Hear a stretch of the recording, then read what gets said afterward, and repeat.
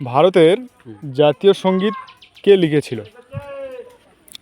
বন্ধুরা দেখতে পাচ্ছ আমরা আবারও প্রশ্ন নিয়ে চলে এসেছি, আর একজন ভাই দূরে থেকে আসছে, এই যে চলে এসছে। দাঁড়াও দাঁড়াও দাঁড়াও, তোমার একটা প্রশ্ন করবো, তুমি কি উত্তর দিতে পারবে? হ্যাঁ বলো।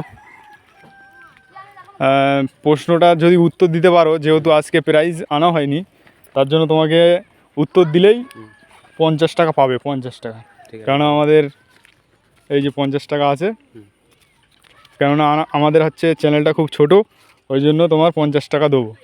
তুমি কি 50 টাকা পেলে খুশি হবে? মানে উত্তর দিতে পারলে দেবো। হ্যাঁ খুশি হব। তাহলে প্রশ্নটা আমি করি। হ্যাঁ, ভারতের জাতীয় সঙ্গীত কে লিখেছিল? ভালো করে ভেবেচিন্তে বলো, মানে ভুল হলে কিন্তু 50 টাকা পাবে না, সেইভাবে বলো। ভাবতে দাও। ভারতের জাতীয় সঙ্গীত কে লিখেছিল?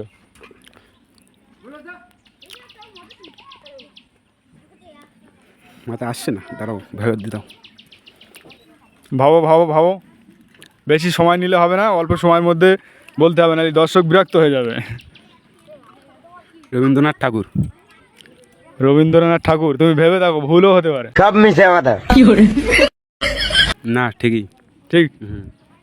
বন্ধুরা একেবারে সঠিক উত্তর দিয়েছে, তার জন্য আমরা আমাদের চ্যানেলের তরফ থেকে 50 টাকা তুলে দেবো।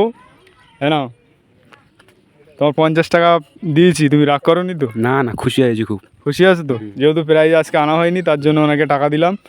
আর ভিডিওটা প্রচুর পরিমাণে বন্ধুরা শেয়ার করো। আমাদের ভিউয়ার্সের উদ্দেশ্যে তুমি কি বলতে চাচ্ছ বলো? বন্ধুরা একটা লাইক করবে, একটা শেয়ার করবে, একটা কমেন্ট করবে।